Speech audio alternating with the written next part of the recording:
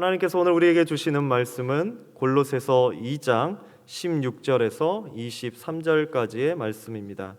골로새서 2장 16절에서 23절까지의 말씀, 우리 한 절씩 교독하도록 하겠습니다.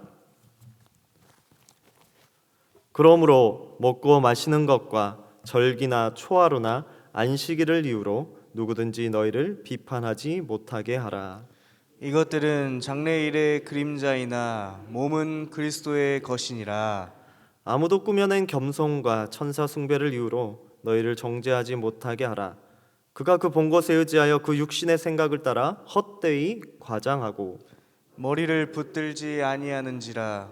온몸이 머리로 말미암아 마디와 힘줄로 공급함을 받고 연합하여 하나님이 자라게 하심으로 자라느니라.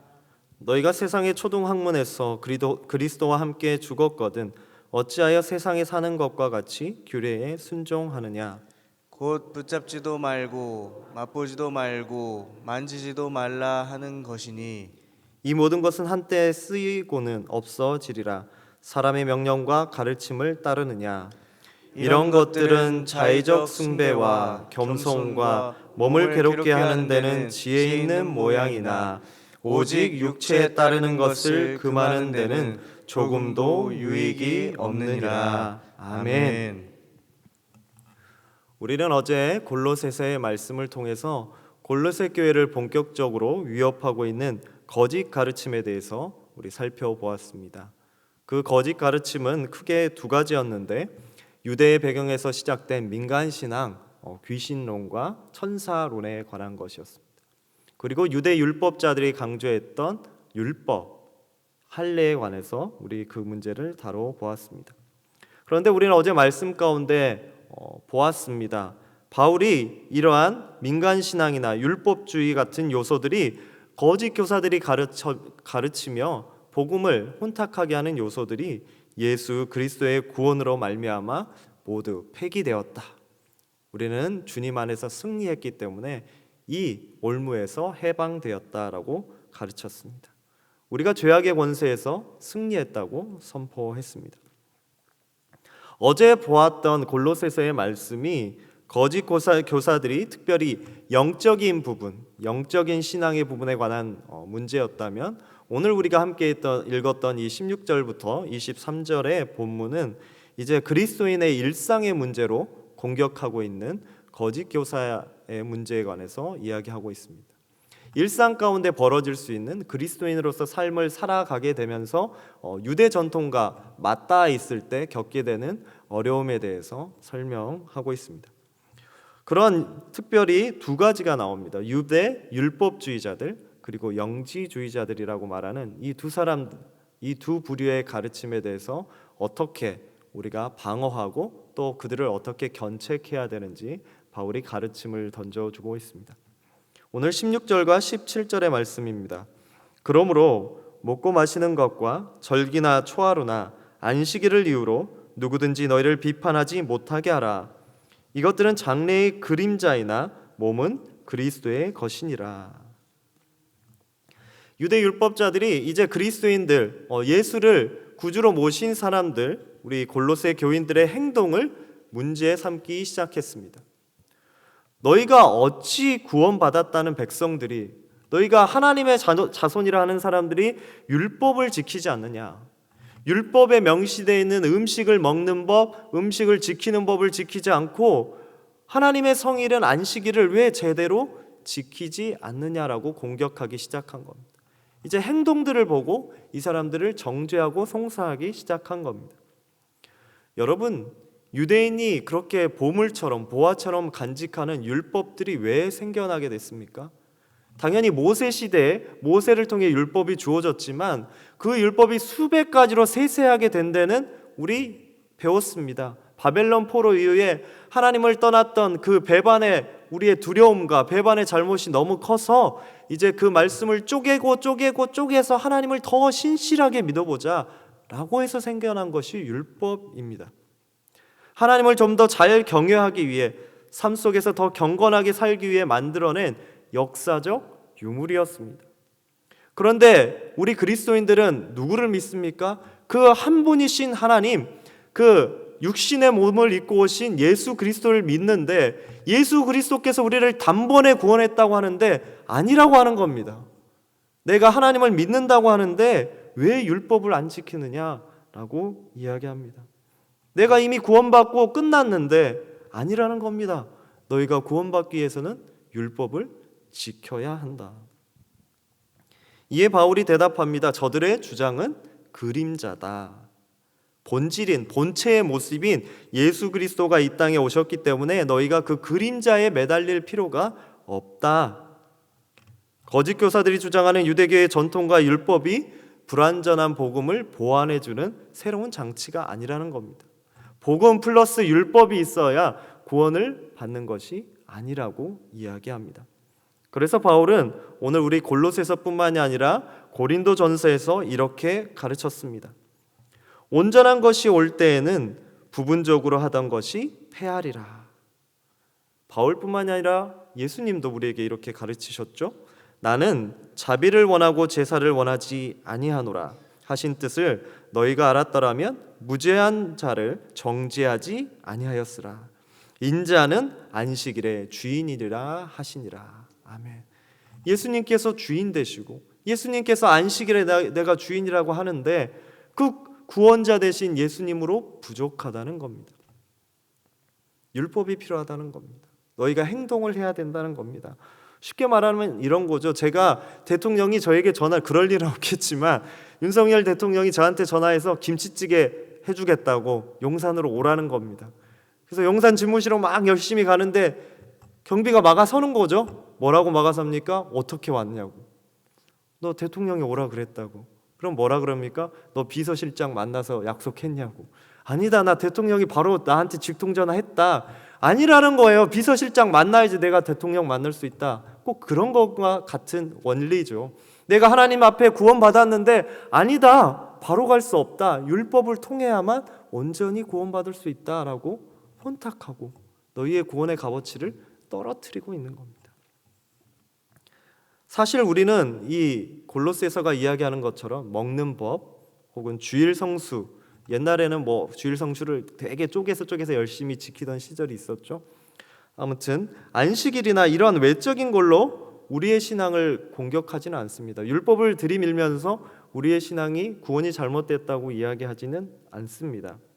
허나 때로는 우리의 신앙생활을 외적인 것으로 평가하고 판단하던 때가 있었습니다. 예를 들면 이런 것입니다. 온전한 신앙인이 되려면 무엇을 할 줄 알아야 된다. 온전한 신앙인이라면 무엇을 할 줄 알아야 된다. 예를 들면 온전한 신앙인이라면 방언할 줄 알아야지, 통변할 줄 알아야지, 환상도 볼 줄 알아야지 하면서 교회에서 뭘 하려면 이 정도는 해야지 너희가 구원받은 하나님의 백성이 될 거야. 우리 스스로 우리의 행위를 재어가면서 신앙과 구원의 척도를 만들어낸 시절이 있었습니다. 그러나 바울은 우리에게 이렇게 이야기합니다. 너무나 잘 아는 고린도전서 13장의 말씀입니다. 내가 사람의 방언과 천사의 말을 할지라도 내가 예언하는 능력이 있어 모든 비밀과 모든 지식을 알고 또 산을 옮길 만한 모든 믿음이 있을지라도 사랑이 없으면 내가 아무것도 아니요. 바울이 이렇게 가르쳤습니다. 십자가에 구원받은 자, 하나님을 아는 지식, 우리 1장 묵상할 때 배웠습니다. 하나님을 아는 것, 하나님을 알아가는 그 지식의 끝에는 무엇이 있습니까? 사랑의 행동이 드러납니다. 서로를 분열하고 서로를 평가하는 것이 아니라 하나님을 알아가고 그 뜻에 순종하는 자는 그 끝에 서로를 품어내는 사랑이 있다는 겁니다. 행위가 있는 것이 아닙니다. 주님의 그 십자가의 은혜를 믿음으로 말미암아 우리는 구원받은 줄 믿습니다. 우리의 구원은 행위를 통해서가 아닙니다. 다른 복음은 없습니다. 그 어떤 것도 주의 사랑과 구원에서 끊어낼 수 없음을 믿으시기 바랍니다. 이러한 외적인 삶에 대한 신앙적인 공격은 유대주의자, 율법주의자뿐만이 아니었습니다. 이제 새로운 거짓 교사가 등장하는데요. 18절에서 바울이 이렇게 이야기합니다. 아무도 꾸며낸 겸손과 천사 숭배를 이유로 너희를 정죄하지 못하게 하라. 그가 그 본 곳에 의지하여 그 육신의 생각을 따라 헛되이 과장하고. 두 가지가 나옵니다. 꾸며낸 겸손, 천사 숭배. 우리 천사 숭배에 대해서는 어제 함께 나눴습니다. 그런데 그 천사 숭배 앞에 또 하나가 등장했죠. 꾸며낸 겸손. 이를 이해하기 위해서는 우리 유대 문화를 조금 알아야 될 필요가 있습니다. 그리고 그 당시에 유행했던 헬라, 그리스 철학을 알아야 될 필요가 있는데요. 그 당시 그 바울이 이 편지를 쓰던 1세기 초기에 그 유대와 헬라를 주름잡고 있던 사상이 하나가 있었는데 그것은 이원론입니다. 이원론, 세상을 두 가지로 보는 원칙입니다.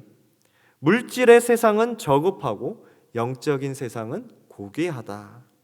물질, 우리가 살아가는 이 세상은 악하고 뭔가 저급하고 우리가 나중에 후에 추구하게 될 이상향과 같은 저 세계는, 이데아라고 하는 저 세계는 선하다.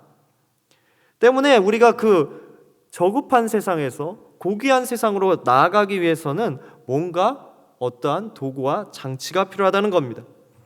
이러한 세계관을 가지고 이러한 두 가지로 세상을 보는 관점이 종교와 만나면서, 유대교와 만나면서 혹은 다른 이방의 종교와 만나면서 등장한 것이 영지주의라는 것이었습니다. 이 물질의 세계 안에서는 구원에 이를 수 없으니 이를 극복하기 위해서는 너희가 금욕을 해야 되고 고행을 해야 된다고 가르쳤습니다. 그리고 그 금욕과 고행을 하면서 더불어 무엇을 추구해야 되느냐? 지혜를 얻어야 된다. 이것이 기독교 안에도 들어와서 너희가 주님 안에서 구원받기 위해서는 우리가 믿음으로, 십자가를 믿음으로 은혜로 구원받는 것이 아니라 지혜를 추구해야만 온전히 구원받을 수 있다. 유대인들이 율법을 이야기했다면 이제 영지주의자들은 지혜를 얻어야만이 너희가 구원받을 수 있다라는 다른 이야기를 하기 시작합니다. 이러한 행위에 대해서 바울이 꾸며낸 겸손, 거짓이라고 이야기하는 것이죠. 바울은 이러한 거짓 교사들의 강요를 이렇게 평가했습니다. 19절에서 그들은 스스로 영적인 것을 추구하며 더 높은 단계의 경건의 삶을 살아가고 있다고 우월해하지만 그것이 결국에는 저들의 경험에 지나지 않는다. 경험에 기초한 행위뿐이다.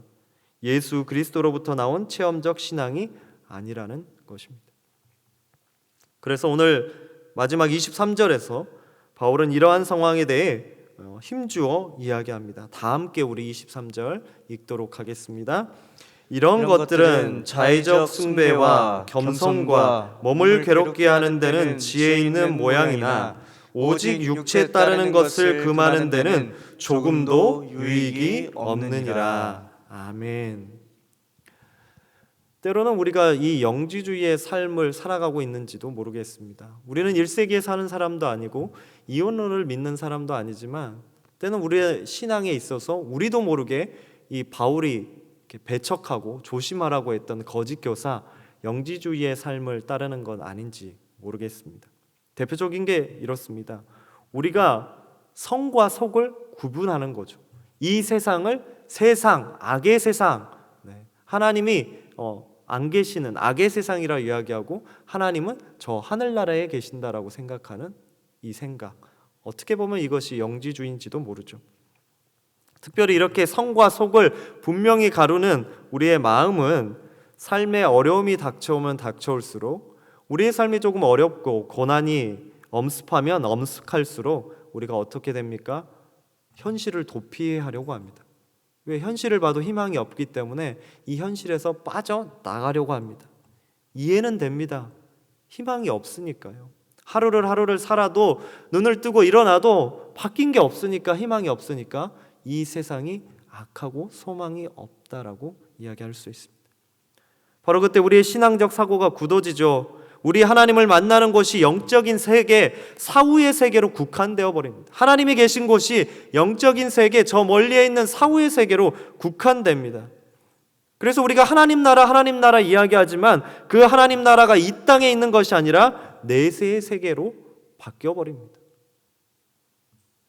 그러나 우리 주님은 영적인 것만을 소원하라, 영적인 것만을 추구하라 가르치시지 않으셨습니다. 우리 주님께서는 육신의 몸을 입고 오신 하나님이라는 사실입니다. 우리 예수님께서는 이 땅 가운데 시간을 뚫고 이 세상에 오셨습니다. 그래서 그것을 그 영지주의의 배격하기 위해서, 반박하기 위해서 요한복음이 쓰여졌습니다. 그리고 그 요한복음의 저자가 우리에게 생생하게 이야기하고 있지 않습니까? 너희 영지주의자들이 이야기하는 그 지혜, 그 로고스, 그 말씀이 육신이 되어 우리 가운데 거하신다. 육신이 되어 우리 가운데 거하신다라고 이야기했습니다. 우리 주님은 이 땅을 부인하시지 않으셨습니다. 하나님이신 그분은 친히 인간의 몸을 입고 이 땅에 오셔서 우리와 동일한 삶을 사셨습니다. 그리고 이 땅 가운데서 소망을 보여주셨습니다. 그렇게 그 하늘의 소망을 지금 이 고난의 현실에도 구하라고 말씀하셨습니다. 우리 주님께서 그래서 이렇게 기도하라 가르치셨습니다. 뜻이 하늘에서 이루어진 것 같이 땅에서도 이루어지이다. 아멘. 하늘의 뜻이 하늘에서만 국한된 것이 아니라 너희가 밟고 서 있는 이 고난의 현실에도 나의 뜻이 있다. 내가 이 가운데도 역사하고 있다. 말씀하셨습니다. 그래서 그리스도인들의 삶이 무엇입니까? 영원한 하나님의 나라 바라보면서 이 땅 가운데 하나님의 뜻을 전하는 겁니다. 그렇게 우리는 이 땅의 소망이 교회라고 하면서 세상 속에서 소금과 빛으로 살아가려 애쓰는 자인 줄 믿습니다. 때문에 우리는 지금도 하나님의 구원의 소식을 민족 복음화, 세계 선교라는 사명으로 감당하며 이 땅에 하나님의 나라를 세우고 전파하는 자인 줄 믿습니다. 골로새 교회는 그리스도의 복음을 혼탁하게 하는 거짓 교사들이 제기하는 그 어려움에 있었습니다. 그런데 그 어려움을 주는 거짓 교사들이 하는 모든 다른 이야기에 한 가지 공통점이 있습니다. 그것은 예수 그리스도의 구원의 소식으로 인해 자유를 우리가 얻었고 우리가 죄에서 해방되었음에도 불구하고 그들이 얘기합니다. 공통적으로 얘기합니다. 아니다. 그것이 아니다. 너희는 아직 죄의 노예고 완벽한 구원을 위해서는 다른 것이 필요하다라고 이야기하라. 우리 이미 구원받은 자인데 우리를 계속 패배자로 만듭니다. 너희의 구원이 완벽한 구원이 아니다. 보화와 같은 구원이 아니다. 은혜가 아니라고 이야기합니다. 하나님께서 이미 승리한 삶이 아니고 패배한 자라고, 어제 우리 담임 목사님이 말씀하신 것처럼 메뚜기와 같이 패배한 자라고 계속 우리를 공격하고 작게 여깁니다. 그러나 우리는 믿습니다. 우리는 주의 은혜로 모든 죄악과 율법의 굴레에서 승리한 줄 믿습니다. 주께서 우리에게 온전한 자유를 허락하여 주셨습니다. 그 자유를 허락받은 하나님의 자녀는 율법의 형식주의에 얽매이지 않습니다. 영적인 세계만도 추구하지 않습니다. 이 세상을 부인하지도 않습니다. 구원의 은총이 너무나 크기에 그 사랑에 힘입어 예수 그리스도를 본받아 삶 속에서 그 은혜를 나누는 사람들입니다. 그리스도인, 우리는 하나님의 백성입니다. 오늘 하루도 바라긴 그 어느 곳에도 여러분의 신앙생활과 삶의 상황 가운데 그 어느 것에 노예나 종이 되지 마시고 주인된 하나님의 그 기쁨, 자녀된 기쁨의 소식을 기억하며 그리스도인으로서 진정한 자유 누리시는 저와 여러분이 되시기를 간절히 소원드립니다. 함께 기도하겠습니다. 우리에게 진정한 자유를 허락하신 주님의 은혜에 감사드립니다. 그 자유의 구원의 은총을 힘입어 승리하신 그 이름에 힘입어 우리의 죄악과 고통의 굴레에서 벗어나게 하여 주시옵소서. 그 자유함으로 오늘도 이 땅에 하나님의 나라를 세워가는 주의 백성 되게 하여 주시옵소서. 예수 그리스도의 이름으로 기도드리옵나이다. 아멘.